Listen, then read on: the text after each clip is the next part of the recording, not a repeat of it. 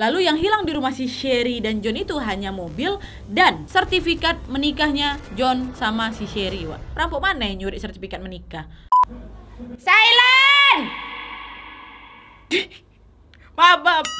Hai, wassalamualaikum warahmatullahi wabarakatuh. Terima kasih sudah klik video ini. Oke, jadi di malam minggu ini Nadia akan kembali ngebahas sebuah kasus penghilangan nyawa yang tidak terpecahkan selama 23 tahun, Wak, yang terjadi di Van Nuys, California pada tahun 1986. Selama 23 tahun, Wak, polisi Los Angeles menganggap bahwa memang kasus ini adalah kasus perampokan yang berujung pada tindak penghilangan nyawa pertamanya. Hingga akhirnya pada tahun 2009, dua detektif yang melakukan investigasi ulang dan dengan bantuan teknologi tes DNA lagi mendapatkan petunjuk bahwa memang kasus ini bukanlah kasus perampokan tetapi kasus penghilangan nyawa yang disetting agar terlihat seperti kasus perampokan. Tapi Wak ya, bentar sebelum aku masuk ke kisahnya, aku mau share sesuatu yang sangat menarik dan menguntungkan buat kalian, Wak, yaitu kalian itu bisa Wak dapat uang tambahan dengan hanya nonton TikTok. Jadi seperti yang kita tahu, TikTok adalah aplikasi di mana kita bisa menjadi content creator atau kita ini juga bisa hanya sekedar jadi penonton alias viewer saja untuk liatin video-video TikTok, ya kan? Dan ternyata kita bisa hasilin uang, Wak, dari TikTok. Caranya super gampang kali, Wak. Yang pasti pertama kalian download dulu lah aplikasi TikTok di handphone kalian kan. Dan jangan lupa untuk follow akun TikTok aku, Wak, ya, karena aku juga sering tuh beberapa kali bagiin kisah horor di TikTok juga. Nah, kalau udah di-download atau buat kalian yang udah punya aplikasi TikToknya, tinggal langsung klik tuh. Ini kan ada logo RP itu loh di sudut kiri atas. Nah, kalian klik dan nanti bakalan muncul halaman yang bertuliskan undang 5 teman kau dan dapatkan sampai 600.000 rupiah. Cuma ngundang kawan, Wak, dapat duit. Ya udah tinggal kalian klik aja tuh tombol undang, ya kan. Kalian bisa undang teman kalian via WhatsApp, SMS dan macam-macam lagi. Dan jangan lupa pakai kode undangan aku, Wak, ya, karena kalau kalian pakai kode ini kalian juga bisa dapat bonus tambahan. So tunggu apa lagi, Wak? Kalian langsung aja download aplikasi TikTok sekarang. Untuk info lebih lanjut kalian bisa langsung klik link yang ada di description box di bawah aja, Wak, ya. Selamat mencoba, semoga banyak cuan kalian. Oke? Dan sekarang baru kita masuk ke kisahnya. Check it out.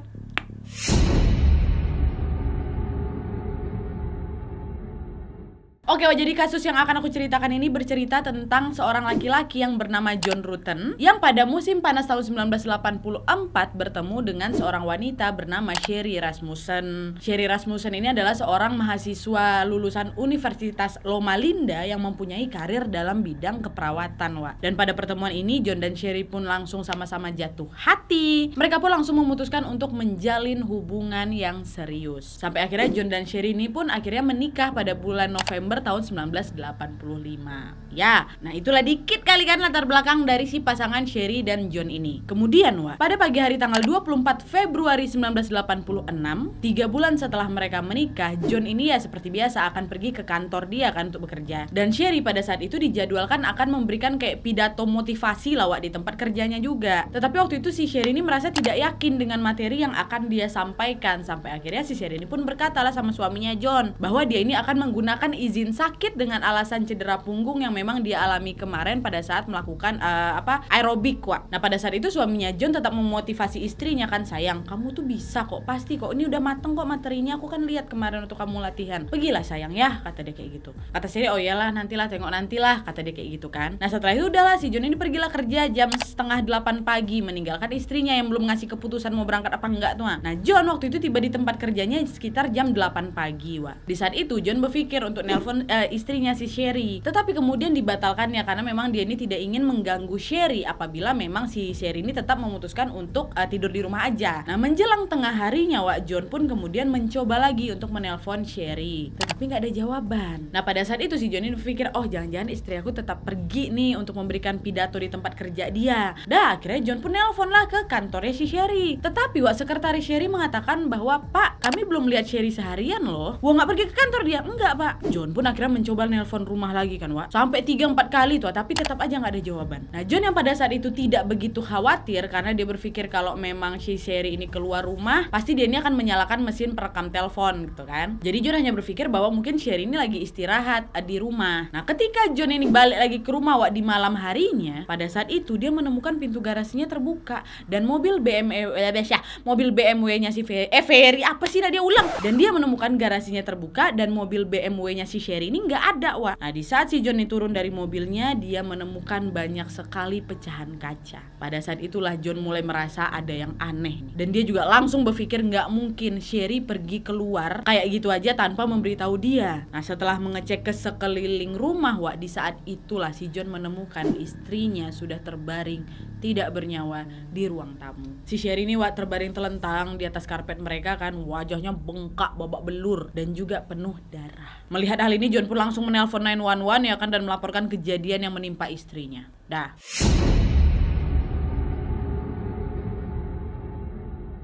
Nah, di saat polisi tiba, mereka pun langsung mengecek keadaan jasadnya Sherry dan melakukan olah TKP. Nah, dari penyelidikan awal ini, polisi mendapatkan petunjuk bahwa si Sherry ini telah ditembak 3 kali dan pada tangan kirinya terdapat luka gigitan, Wah. Dan melihat kondisi jasadnya si Sherry, mereka pun percaya bahwa Sherry ini telah melakukan perlawanan. 2 peluru juga masih bersarang, Wah, di tubuhnya Sherry, dan keduanya merupakan peluru kaliber 38 dan 1 peluru lain telah menembus tubuh Sherry sepenuhnya. Tim forensik pun langsung menyimpulkan bahwa si Sherry ini telah meninggal selama berjam-jam yang lalu. Kondisi rumahnya si Sherry dan John pun berantakan. Di lantai 1 terdapat vas porselen yang memang udah pecah di atas kepala si Sherry. Salah satu stereo atau radio besar tuh terjatuh juga, dan beberapa perabot lainnya juga sudah pecah berserakan, Wak. Sedangkan di lantai 2, salah satu dari 2 pintu kaca ke balkon belakang hancur. Nah, pecahan kaca dari pintu inilah, Wak, yang ditemukan oleh John di saat dia ini sampai di rumah. Dan selain itu juga tidak ada tanda masuk secara paksa, dan selain barang yang tertinggal di lantai ruang tamu, Wak, tidak ada tanda-tanda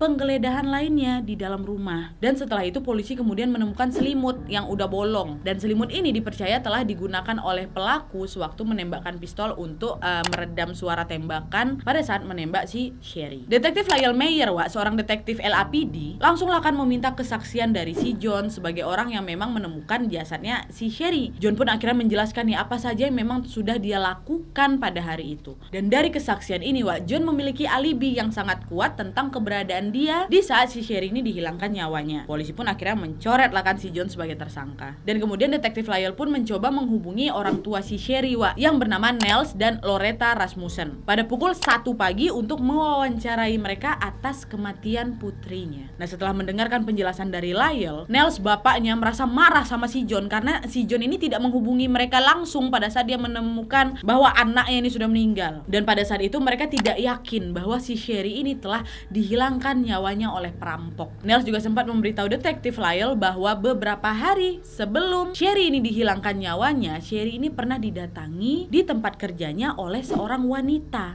yang bekerja sebagai polisi. Dan pada saat itu wanita tersebut berkata kepada si Sherry, "Jika saya tidak dapat memiliki John, tidak ada orang lain yang bisa."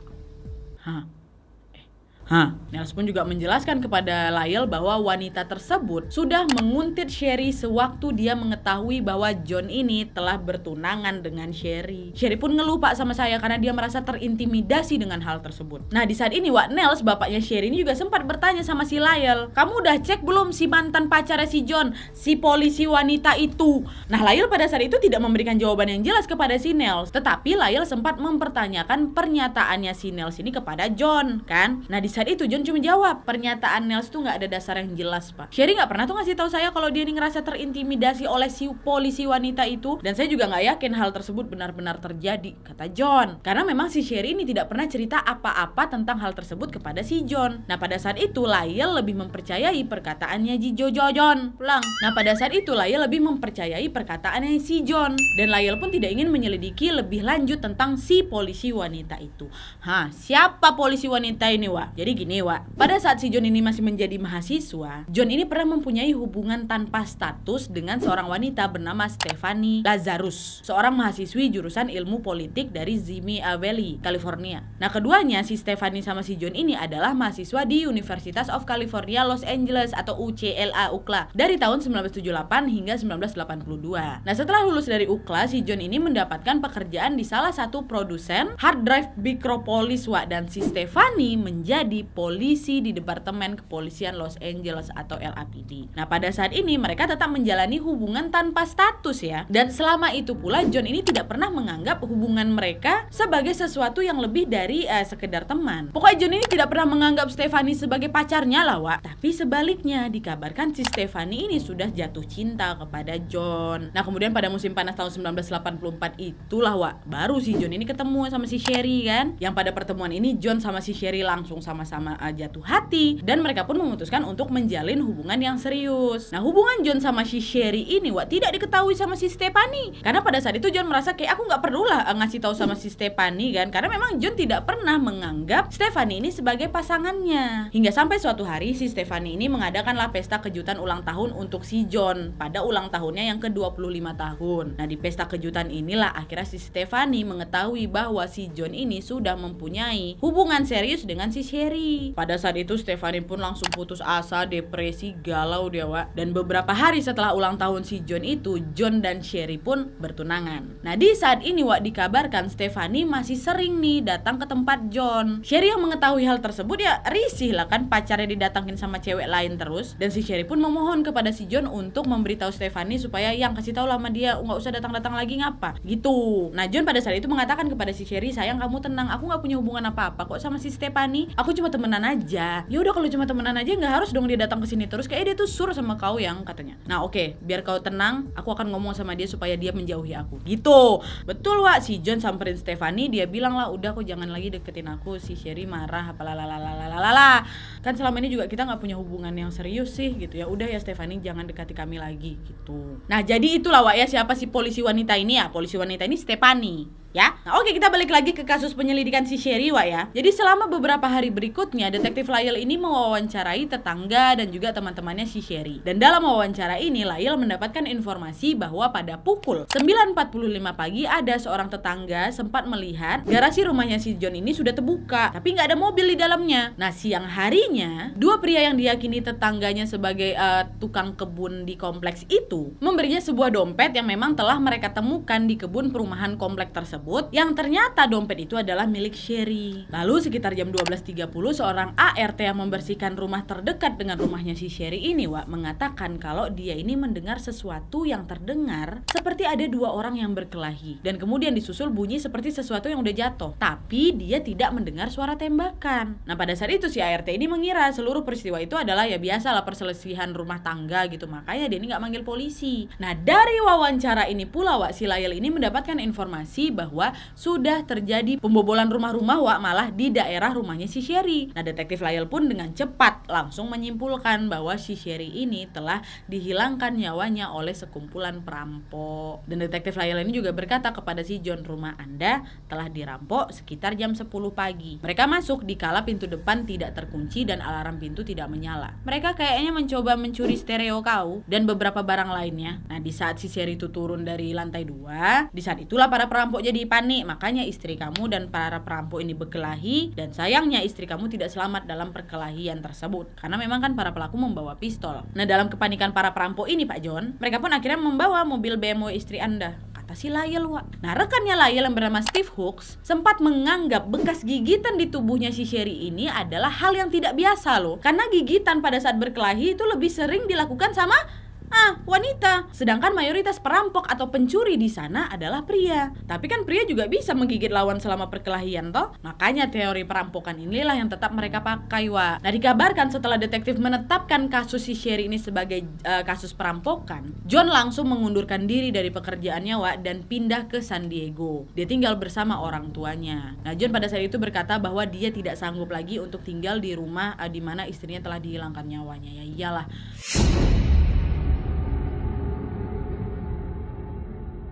Sampai akhirnya kasus Sherry ini pun menjadi kasus tidak terpecahkan selama beberapa tahun, Wak, dengan kondisi tersangka yang masih menjadi buron. Keluarga Sherry pun juga sempat menawarkan sejumlah uang bagi orang yang memberi informasi tentang penghilangan nyawa anaknya. Dan di saat yang bersamaan juga LAPD telah disibukkan dengan kekerasan akibat tawuran geng dan juga penggunaan narkoba yang tidak terkontrol yang sempat melanda LA pada saat itu. Jadi memang mereka ini tidak dapat mencurahkan lebih banyak perhatian pada kasusnya si si Sherry. Para detektif di daerah Van Nuys itu, Wak, pada saat itu lebih sering tidak membantu keluarganya si Sherry di saat mereka menelpon kepolisian. Kadang para detektif ini hanya ngangkat telepon terus ditutupnya balik, atau hanya membiarkan mereka menunggu di telepon tersebut. Jadi kayak dikacangin lah gitu keluarga si Sherry ini, Wak. Lalu setahun setelah pembunuhan itu, Wak, keluarga Sherry yang memang udah frustasi pun akhirnya memberikan tawaran lagi melalui konferensi pers dan menyerukan agar polisi melakukan tindakan lebih lanjut. Nels bahkan sempat menulis surat kepada Daryl Gates yang pada saat itu menjabat sebagai kepala LAPD tentang kemungkinan bahwa si polisi wanita itu atau si Stephanie itu telah terlibat dalam kasus anaknya. Tetapi Daryl pada saat itu hanya mengatakan kepada Nels,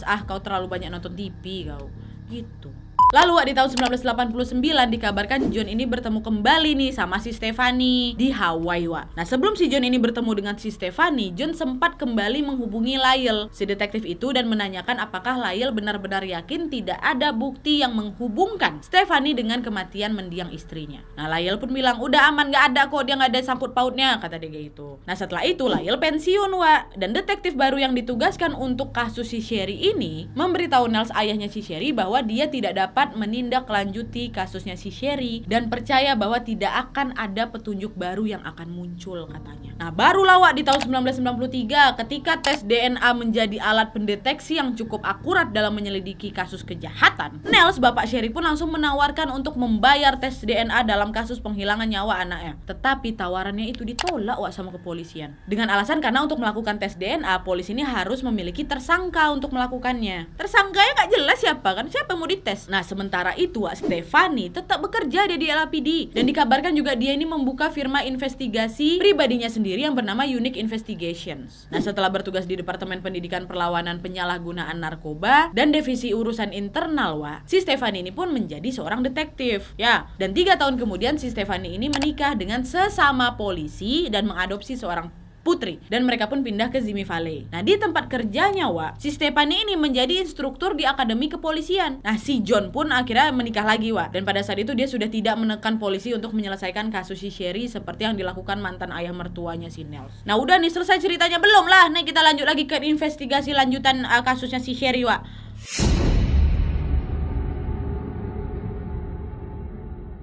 Nah, jadi, Wak, pada tahun 2001, 15 tahun setelah tewasnya si Sherry, Wak, Kepala Kepolisian LA yang bernama Bernard C. Perks membentuk nih, Wak, unit baru yang memang bertugas untuk memeriksa bukti forensik dari file cold case atau kasus dingin. Cold case itu kasus lama yang belum terpecahkan, Wak, untuk bisa menentukan apakah ada nih kasus yang memiliki potensi petunjuk baru melalui tes DNA. Nah, di antara cold case tersebut, Wak, adalah ini kasus penghilangan nyawanya si Sherry. Nah, karena banyaknya cold case yang ada di file kepolisian Los Angeles, Wak, kasus si Sherry ini baru dapat dianalisa oleh detektif yang bernama Jennifer Francis pada tahun 2004, 3 tahun setelahnya. Nah, pada saat itu, Wak, Jennifer merasa bingung nih dengan kasusnya si Sherry karena laporan kejahatan mengatakan bahwa swab udah diambil dari bekas gigitan di lengannya si Sherry, tetapi swab tersebut tidak terdaftar dalam list bukti dan tidak termasuk dalam sampel forensik. Jennifer pun akhirnya nelpon nih, Wak, kantor koroner LA atau lembaga di Amerika Serikat yang menyelidiki tentang kematian yang nggak wajar tuh. Pak, Bapak tahu nggak kasusnya Sherry Resusman? Saya lihat dari berkasnya katanya sempat di swab ya, Pak, ya, untuk ngambil berkas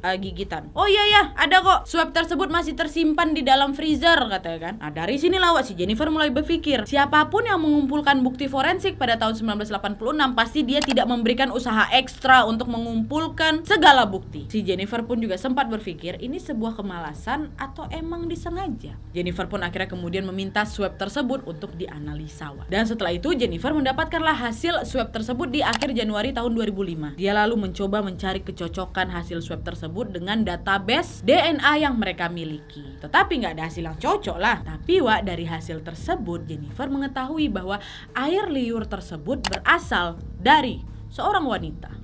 Dan bukti baru inilah yang melemahkan teori perampokan, ya kan? Lalu si Jennifer ini, Wak, kemudian mendapatkan akses ke seluruh dokumen kasusnya si Sherry untuk dianalisa lebih lanjut. Nah, setelah mengetahui bahwa penggigit dan kemungkinan ini adalah pelaku adalah perempuan, dia pun menemukan laporan tentang adanya wanita yang diduga melecehkan si Sherry di tempat kerja dan tempat tinggalnya sebelum hari kejadian. Jennifer pun bertanya, Wak, kepada detektif yang menjadi supervisornya pada saat itu, Pak, apakah wanita ini udah diselidiki? Nah, detektif atau supervisornya ini pun menjawab, "Oh, maksudmu detektif LAPD itu," katanya. Barulah dari situ supervisor ini menjelaskan bahwa wanita itu adalah mantan pacar suami si korban, dan sekarang wanita tersebut adalah seorang detektif LAPD. Terus supervisornya bilang, "Dia bukan bagian dari kasus ini ya. Kasus ini udah jelas kasus perampokan." Gitu katanya. "Loh, kok Bapak bisa simpulkan kayak gitu?" kata Jennifer kan. "Ya iyalah, orang detektif yang udah menyelidiki ini dari lama udah menyimpulkan kalau kasus ini kasus perampokan kok," katanya. Nah, karena Jennifer merasa bahwa supervisornya ini tidak memberikan dukungan untuk melanjutkan kasus tersebut, wah dari situlah dokumen kasusnya si Sherry ini pun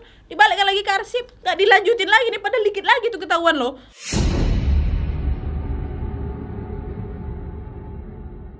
Kasus Sherry ini tetap tidak terpecahkan selama 23 tahun, wah. Hingga akhirnya pada tahun 2009, kejahatan di Los Angeles ini udah cukup menurun nih dari tingkat sebelumnya. Sehingga para detektif ini mulai lagi mempunyai waktu untuk bisa menyelidiki kasus-kasus atau cold case lainnya. Nah, di Van Nuys, wah, ada dua detektif nih yang bernama Jim Nuttall dan Pete Barbawa. Mereka kembali nih meninjau filenya si Sherry dan menganggap kasus tersebut cukup menarik untuk bisa diselidiki kembali. Nah, tes DNA yang dulu dilakukan oleh si Jennifer yang menunjukkan bahwa penggigit dan mungkin juga pelaku ini adalah perempuan, mereka pun akhirnya memutuskan bahwa teori perampokan itu tidak valid dan mereka memulai penyelidikan kasus Sherry ini dari awal lagi, wah. Nah, sewaktu mereka ulang kejadian, mereka percaya bahwa kronologinya kurang lebih kayak gini. Jadi sebenarnya si Sherry ini bukan terkejut di saat dia melihat ada perampok di lantai 1. Malah si Sherry ini dikejutkan oleh pelaku bersenjata yang sudah berada di lantai 2. Karena kan pintu depan itu tidak ada tanda diterobos secara paksa kan, dan alarm keamanan rumah tersebut pun dalam keadaan mati.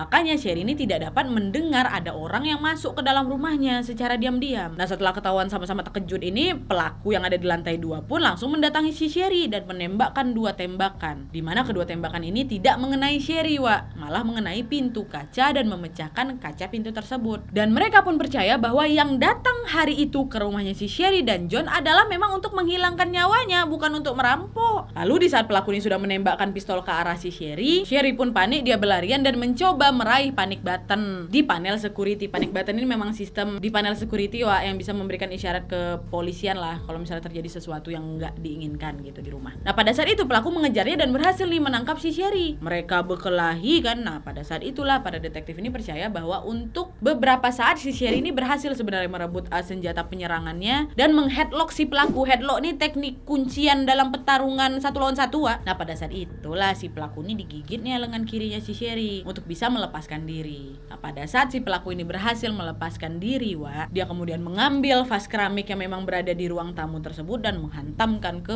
kepalanya si Sherry. Nah, di saat si Sherry ini udah terbaring lemas karena hantaman vas keramik itu kan, si pelaku pun baru kemudian mengambil kembali senjatanya dan menembakkan dadanya si Sherry. Dilanjutkan lagi, si pelaku mengambil selimut, terus dililitkannya di pistolnya dan menembak si Sherry ini 2 kali di dadanya. Itulah kurang lebih kronologinya, wah. Nah, Jim dan si Pete ini pun mempunyai teori bahwa kasus tersebut adalah kasus penghilangan nyawa dan sengaja disetting agar terlihat seperti perampokan untuk bisa menggelabui polisi. Banyak petunjuk di TKP yang memperlihatkan bahwa memang kejahatan tersebut bukan kasus perampokan kok, wah. Kayak kotak perhiasannya si Sherry yang tergeletak gitu aja di atas meja rias nggak disentuh. Terus kondominiumnya si John sama si Sherry ini berada di tengah-tengah kompleks aja nih, yang pasti terjaga keamanannya dan juga dikelilingi oleh unit-unit lain yang dapat dengan mudah dong mengamati pencurian. Terus selain itu juga pintu depan memiliki sistem alarm dan tidak ada tanda pintu tersebut kayak dibuka paksa gitu. Lalu yang hilang di rumah si Sherry dan John itu hanya mobil dan sertifikat menikahnya John sama si Sherry, wah. Perampok mana yang nyuri sertifikat menikah?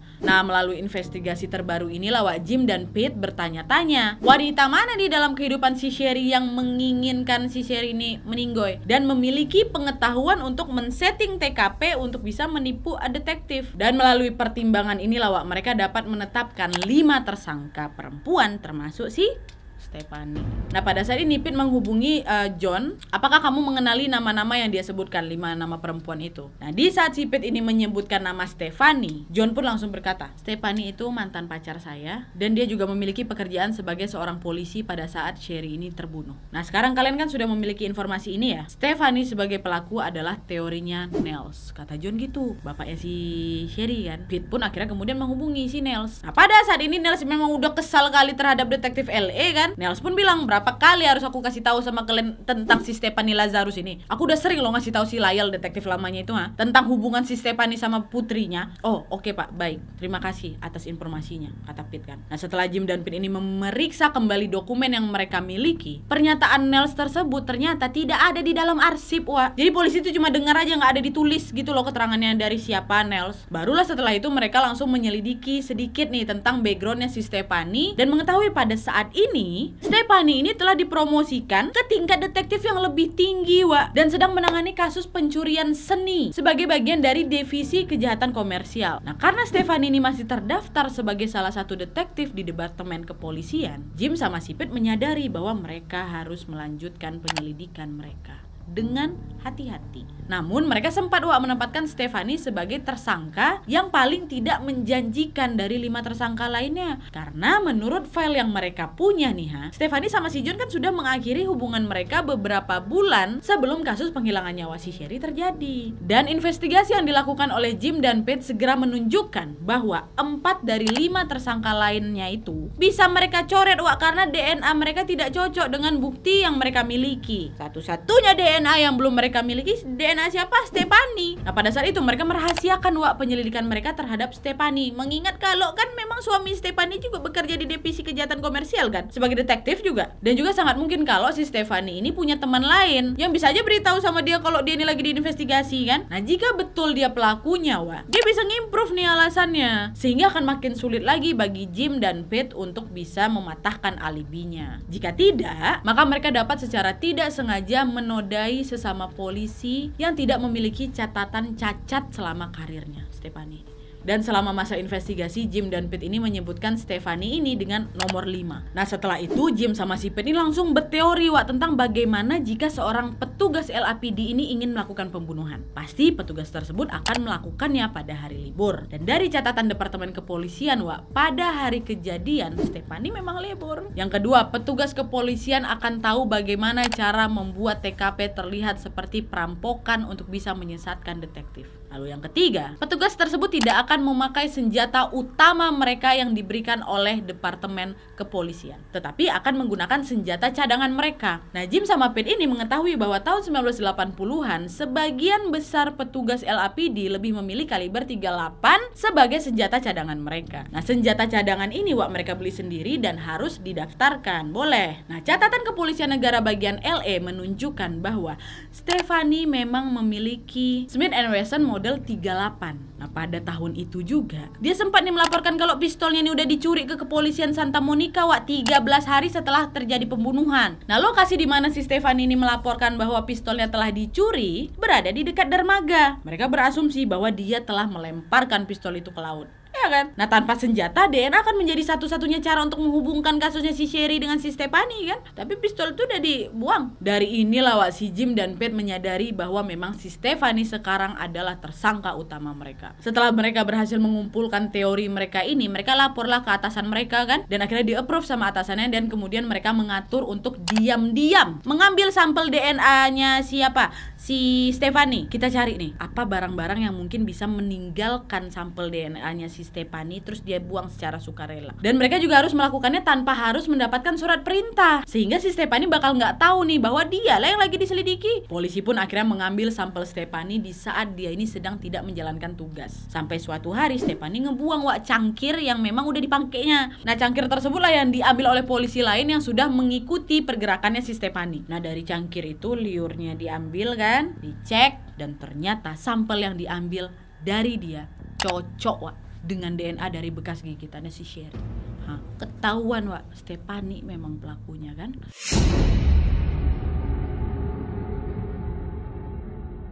Seorang supervisor detektif yang bernama Rob Boop mulai memberitahu perwira seniornya hingga kepala kepolisian William Breton, termasuk juga Departemen Pencurian Seni tempat si Stephanie ini bekerja, tentang bukti baru dari kasusnya si Sherry, bahwa tersangka utama dalam kasus tersebut adalah personel mereka sendiri, Stephanie Lazarus. Penangkapan Stephanie ini pun direncanakan dengan hati-hati. Breton juga sempat memerintahkan 2 detektif bernama Greg dan Jaramillo untuk bisa memanggil Stephanie di Parker Center. Tempat ini dipilih karena karena setiap personil polisi yang masuk ke gedung tersebut harus menyerahkan senjatanya di situ. Nah, hal ini dilakukan untuk bisa membatasi kemungkinan bahwa si Stefan ini akan melawan dengan kekerasan ketika dia ini ditangkap atau setelah menyadari bahwa dia adalah tersangka utama. Greg dan si Jamilo atau si Dan ini meminta Stefani datang dengan alasan bahwa mereka memiliki seseorang dalam tahanan yang ingin berbicara dengan Stefani tentang kasus pencurian seni. Memang bidangnya Stefani kan. Nah, kemudian pada hari penangkapan tersebut di bulan Juni tahun 2009, puluhan petugas udah bersiap sedia di sekitar rumahnya si Stefani di Simi Valley. Menunggu surat perintah penggeledahan nih dari pengadilan kan. Dan tidak lama kemudian setelah Stefani tiba di Parker Center dan menyerahkan senjatanya, Greg dan Dan ini langsung membawa dia masuk ke ruang interogasi. Nah, pada saat inilah mereka baru menjelaskan bahwa mereka ingin mencari informasi lebih jauh tentang beberapa petunjuk yang kurang jelas pada kasusnya si Sherry. Kami manggil kau Stefani karena nama kau muncul nih dalam beberapa catatan penyelidikan, katanya. Nah, di saat ini Greg dan Dan ini tahu bahwa mereka harus melangkah dengan hati-hati karena Stefani sendiri sangat mengetahui teknik wawancara polisi kan, dan dia juga punya hak untuk diam dan meminta pengacara yang bisa dia minta kapan aja. Nah, mereka mengklaim bahwa mereka menginginkan settingan yang agak sedikit private karena John adalah pacar lama kamu kan, dan kamu juga udah lama menikah nih sama orang lain yang berprofesi sebagai polisi juga. Jadi kami nggak mau kehidupan pribadi kamu menjadi bahan gosip kantor ya, maka kita bikin agak private nih ya, Stefani. Udah lah, akhirnya aja Stefani kan, ngobrol lah mereka sedikit private nih. Nah, pada awalnya Greg dan Dan ini berbasa-basi tentang urusan polisi, dan juga akhirnya mereka menanyakan kepada Stefani tentang kenapa nama kau muncul dalam arsip penyelidikan kasusnya si Sherry.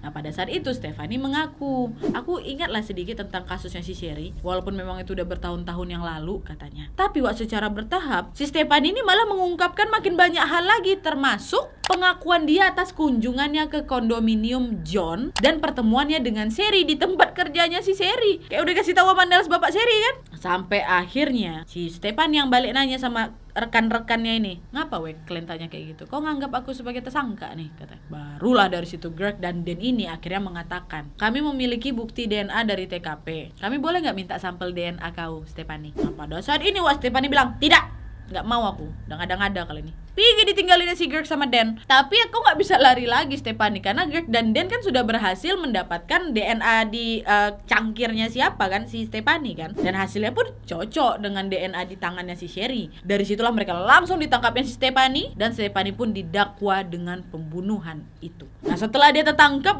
tim polisi yang memang sudah standby di Simi Valley pun langsung, boleh periksa, kata gitu, geledah. Langsung menggeledah rumah dan mobil Stefani. Nah, di rumahnya itulah mereka menemukan jurnalnya si Stefani dari pertengahan 1980-an dengan banyaknya tulisan tentang cintanya sama si John, dan juga kesedihan dia atas pertunangannya si John dengan Sherry. Dan dalam jurnalnya ini Stefani sama sekali tidak menyebutkan senjatanya yang telah dicuri. Kalau mencuri bagus buatlah di diarimu, nggak ada. Nah, setelah penangkapannya Stefani pun langsung dipensiun dinikan dari LAPD. Dia terbukti bersalah dan dia langsung ditahan di penjara Los Angeles. Persidangan ini dimulai pada awal tahun 2012 di Pengadilan Tinggi Los Angeles County. Jaksa berpendapat bahwa motif pembunuhan si Stefani adalah kecemburuannya atas hubungan si Sherry dengan si John. Lalu pada bulan Maret, Stefani yang pada saat itu berusia 52 tahun didakwa atas tindakan pembunuhan tingkat pertama, dan dia dijatuhi hukuman penjara 27 tahun hingga seumur hidup. Dan sekarang Stefani sedang menjalani hukumannya di California Institution for Women di Corona, nama tempat ya. Dan dia akan memenuhi syarat untuk pembebasan bersyarat pada bulan Desember tahun 2024.